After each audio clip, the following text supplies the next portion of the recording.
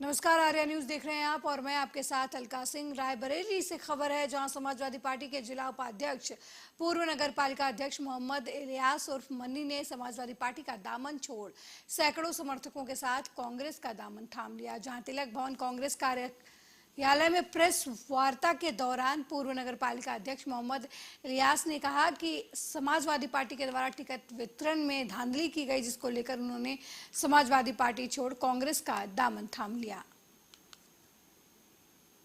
देखिए, मैं पहले भी सर्वदलीय नेता था। इससे पूर्व ये आपको मैं बता दूं, समाजवादी पार्टी में नगर पालिका अध्यक्ष के जो टिकट के लेकर के जो नीति अपनाई गई है, उस नीति के मैं खिलाफ था और उस नीति से आहत होकर के मैंने समाजवादी पार्टी को त्याग किया। अब हमारी पार्टी के जिला सचिव पारुल वाजपेयी जी हैं, मोहम्मद सलीम जी हैं, सभासद हसीन अहमद हैं, सभासद मुनव्वर भाई हैं, पूर्व सभासद हसीना बेगम है, पूर्व सभासद अब्दुल रशीद भी हैं, जनाब हमारे वहाँ के आवेदक ओम प्रकाश।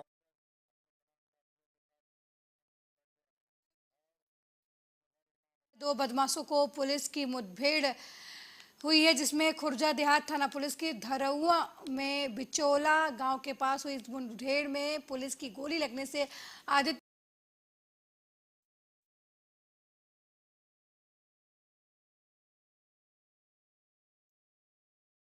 मंचा, जिंदा कारतूस और खोखा सहित मोटरसाइकिल भी बरामद कर ली है।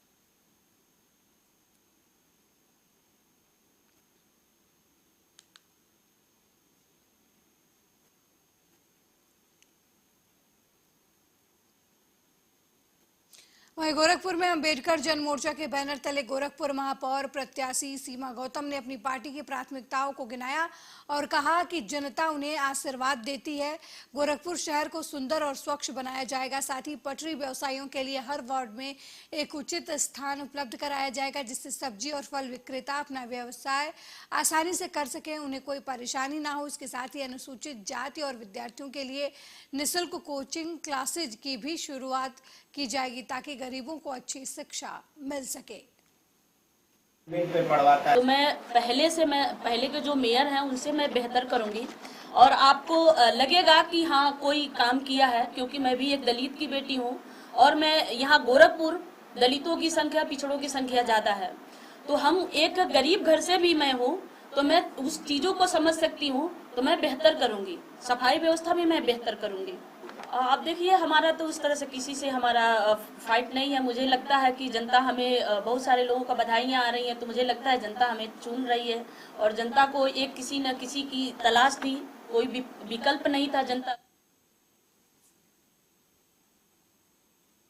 रायबरेली में लापता युवक का शव संदिग्ध परिस्थितियों में तालाब के किनारे मिलने से हड़कंप मच गया। मृतक के शरीर पर जगह जगह चोट के निशान पाए गए हैं। परिजन युवक की हत्या की आशंका जता रहे हैं। मामला बछरावा थाना क्षेत्र के कुसली खेड़ा गांव का है, जहां के रहने वाले जितेंद्र कुमार को देशराज नाम के एक युवक ने फोन करके अपने पास बुलाया था। रात जब युवक घर नहीं लौटा तो परिजनों ने खोजबीन शुरू की और जितेंद्र कुमार का शव गांव से लगभग 7 किलोमीटर दूर खैरहनी गांव के पास तालाब के किनारे पड़ा मिला।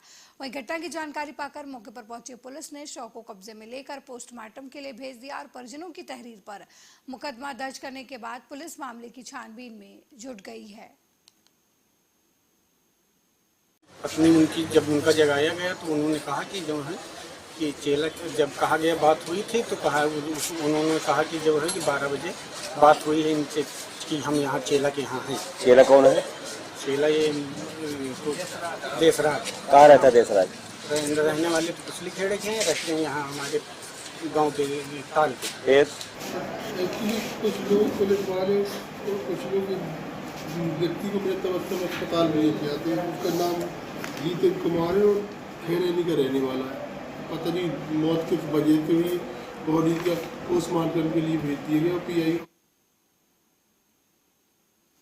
वहीं यूपी के कन्नौज में पुलिस लाइन स्थित मक्का के खेत में करंट के तार में पानी लगने आया युवक की करंट लगने से मौत हो गई। इस दौरान परिजनों का रो रो कर बुरा हाल है। वही परिजनों ने दूसरे युवक पर लापरवाही के आरोप लगाए हैं। दरअसल बता दें कि पुलिस लाइन स्थित मक्का के खेत में एक युवक अपने खेत में ट्यूबवेल से पानी लगाने आया था। वहीं खेत के आसपास लोहे का तार बंधा था जिसमें जानवरों के लिए करंट लगाया गया था। उसी तार की चपेट में आने से युवक की दर्दनाक मौत हो गई।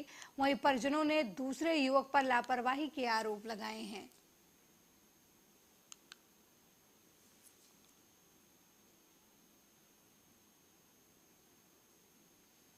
वहीं रायबरेली में ट्रैक्टर ट्रॉली और बाइक के आमने सामने जोरदार भिड़ंत हो गई, जिसमें ट्रैक्टर के टक्कर से बाइक में सवार सगी 2 बहनों की दर्दनाक मौत हो गई। वहीं बाइक सवार गंभीर रूप से घायल हो गए। ये पूरा मामला सरेनी थाना क्षेत्र के बेनी माधवगंज गांव के पास का बताया जा रहा है।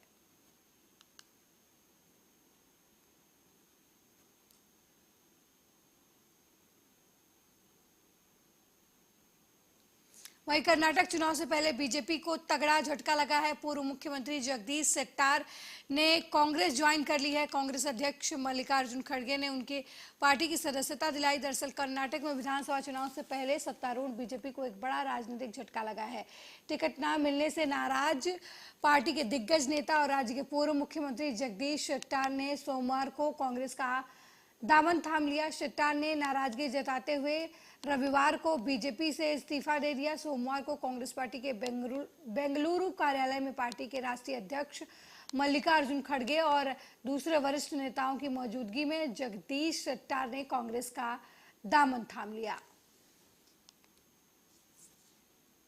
एक सीनियर लीडर हमारे को बीजेपी से अपने स्वाभिमान को जब धक्का हुआ तो वो आ गए हैं, तो उनका स्वागत मैं कर रहा हूं और उनके आने से कांग्रेस को बहुत बड़ा फायदा होगा।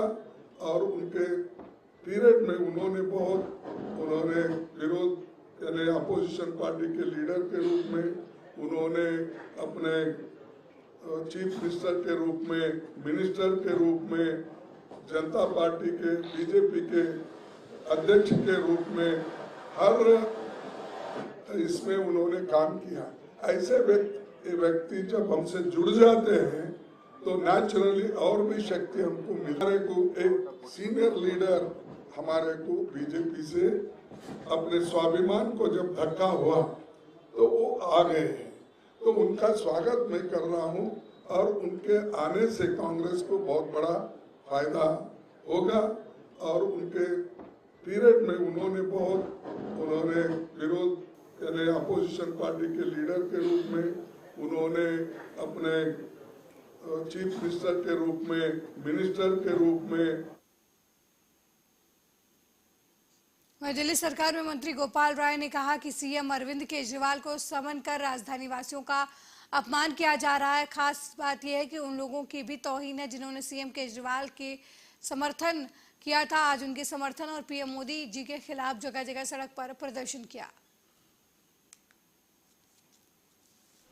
देश के प्रधानमंत्री जिस तरह से तानाशाही के नशे में चूर हैं और किसी भी कीमत पर देश के अंदर चाहे वो छात्र हो, युवा हो, मजदूर हो, किसान हो, महिलाएं हो, सभी लोगों की उम्मीद की किरण बन चुकी आम आदमी पार्टी और उसके द्वारा किए जा रहे कामों से पूरे देश के अंदर जिस तरह से एक आशा की किरण जगी है, उसको किसी भी कीमत पर कुचलना चाहते हैं।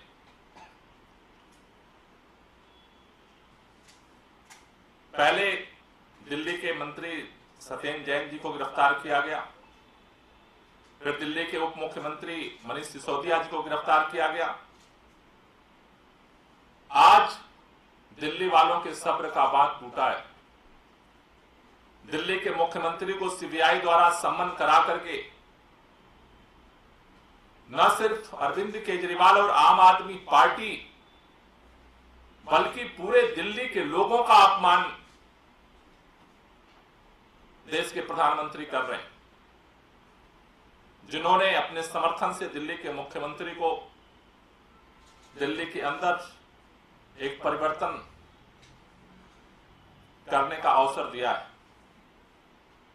सीबीआई द्वारा सम्मन करके अपने दफ्तर में तलब करने के खिलाफ आज पूरे दिल्ली के अंदर चारों तरफ विरोध प्रदर्शन हुए। सुबह सुबह बहुत सारे जगहों पर पुलिस ने लोगों को डिटेन किया, जगह जगह धमकियां दी गई, रात से ही फोन किया जा रहा था। उसके बावजूद आज दिल्ली के अंदर चारों तरफ लोगों ने अरविंद केजरीवाल के समर्थन में और देश के प्रधानमंत्री नरेंद्र मोदी की इस तानाशाही पूर्ण कार्रवाई के खिलाफ अपनी आवाज को बुलंद किया है।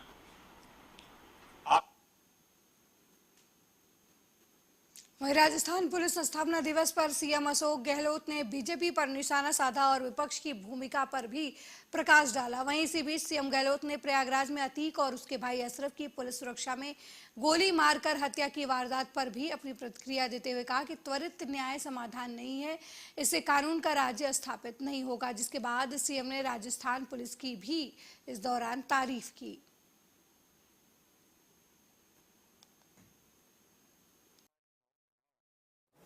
वो बहुत चिंताजनक है, चिंताजनक। अगर चिंता प्रदेशवासियों ने देशवासियों ने नहीं की तो भुगतना हम सबको ही पड़ेगा। सरकार किसी पार्टी की हो, अगर उसमें जो संविधान की मूल भावना के अनुरूप काम नहीं करती है, लोकतंत्र की मूल भावना के अनुरूप अगर बिहेव नहीं करती है तो देश को भुगतना पड़ता है।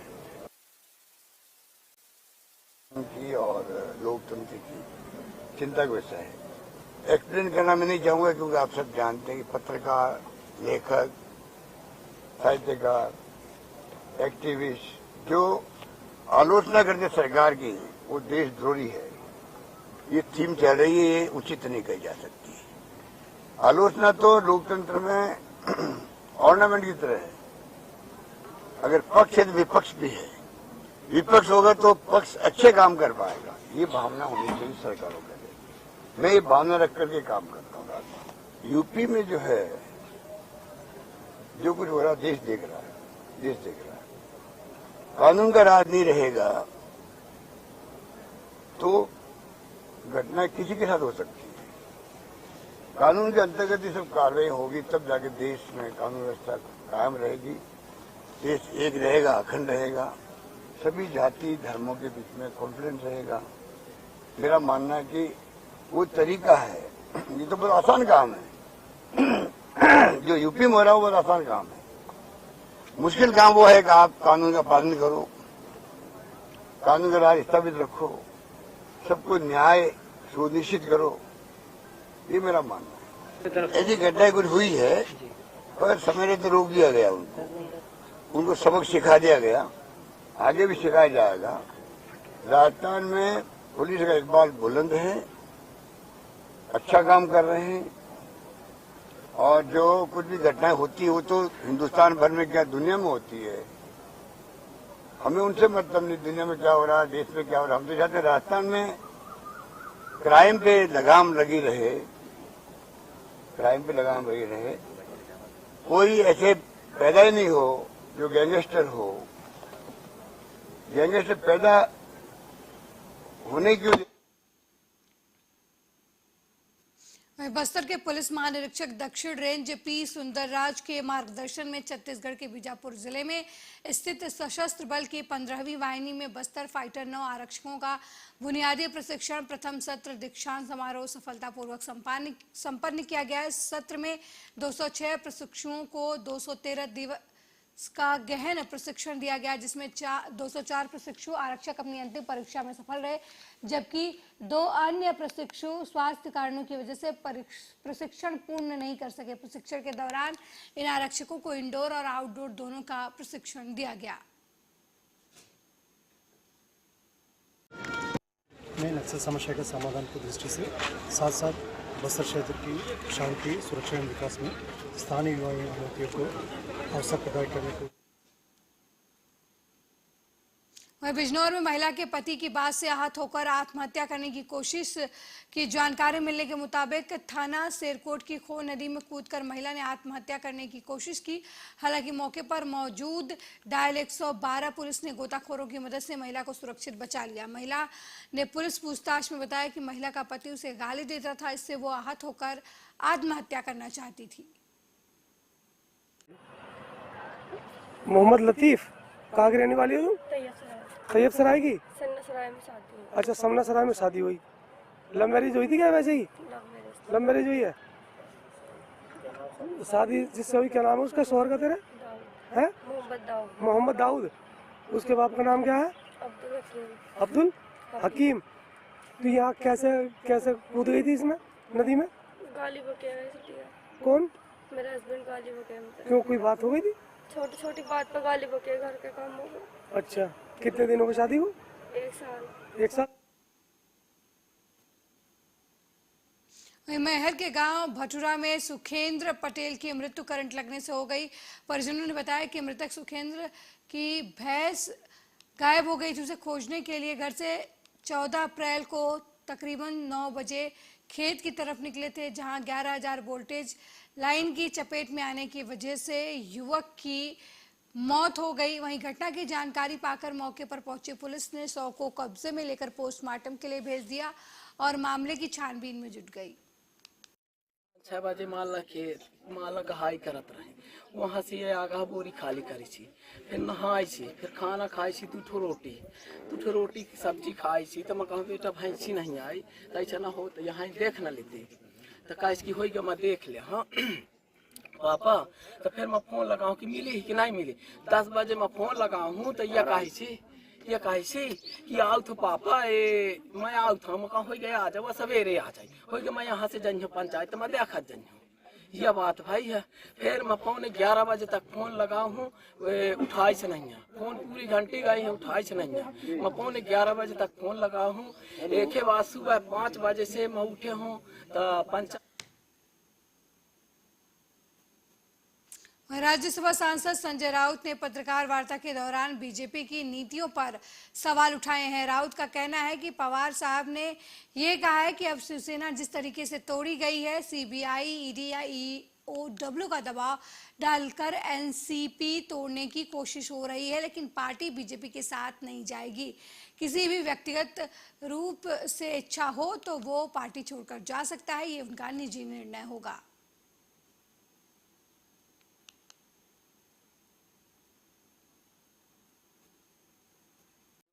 निर्णय व्यक्तिगत निर्णय हो सकता है, ये पवार साहब ने जरूर कहा। डेफिनेटली पवार साहब ने कहा है, जब हम इनसे मिले थे तो हमारी बातचीत जब हो गई तो कहा कि अब शिवसेना जिस तरह से तोड़ी गई है, सीबीआई, ईडी या ईओडब्ल्यू या पुलिस का दबाव डालकर कोई हथकंडे अब एनसीपी तोड़ने के लिए चल रहे हैं। प्रेशर है, दबाव है, धमकाया जा रहा है, लेकिन पार्टी बीजेपी के साथ नहीं जाए। पार्टी एज ए होल, कुछ लोग उस दबाव में आकर पार्टी छोड़ सकते हैं।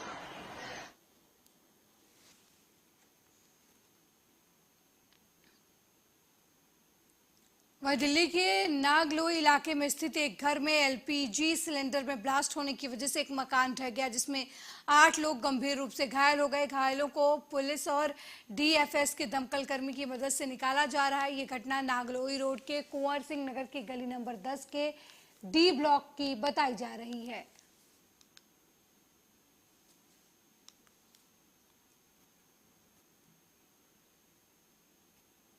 वहीं अनियंत्रित तेज रफ्तार कार ट्रक ने बाइक सवार 2 युवकों को रौंद दिया। युवक की मौके पर ही मौत हो गई, वहीं दूसरे की हालत गंभीर बताई जा रही है। ये पूरा मामला शिवगढ़ के बेंडारू गांव का है, जहां 2 युवक डीजल लेने के लिए शिवगढ़ जा रहे थे।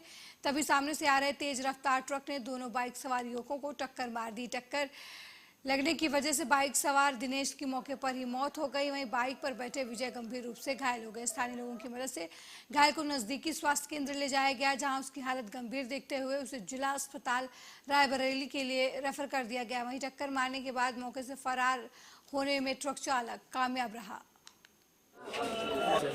रात में 108 एम्बुलेंस से 2 लोगों को लाया गया है, ये कहीं पे रोड ट्रैफिक एक्सीडेंट हुआ था। एक का नाम है विकास और दूसरे का नाम है दिनेश। दिनेश तो ब्रॉड डेड था, उसकी मौके पे ही मृत्यु हो गई थी और विकास की स्थिति बहुत खराब थी। उसका प्राइमरी मैनेजमेंट करने के बाद तत्काल उसको जो है जिला चिकित्सालय रायबरेली के लिए रेफर किया। ये यहाँ भवानी का डीजल आने आए थे, यहीं से वापसी लौट रहे थे तो ट्रक से उनका एक्सीडेंट होगा। कौन है ये? ये हमारे चाचा के लड़के हैं, हमारे भाई। क्या नाम है? दिनेश। हाँ। एक था विकास, वो मतलब गाँव में था। और एक अरे वो खत्म हो गए। कौन खत्म हो गए? वो दिनेश। हाँ, और दूसरा?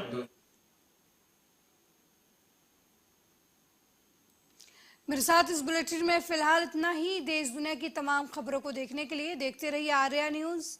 नमस्कार।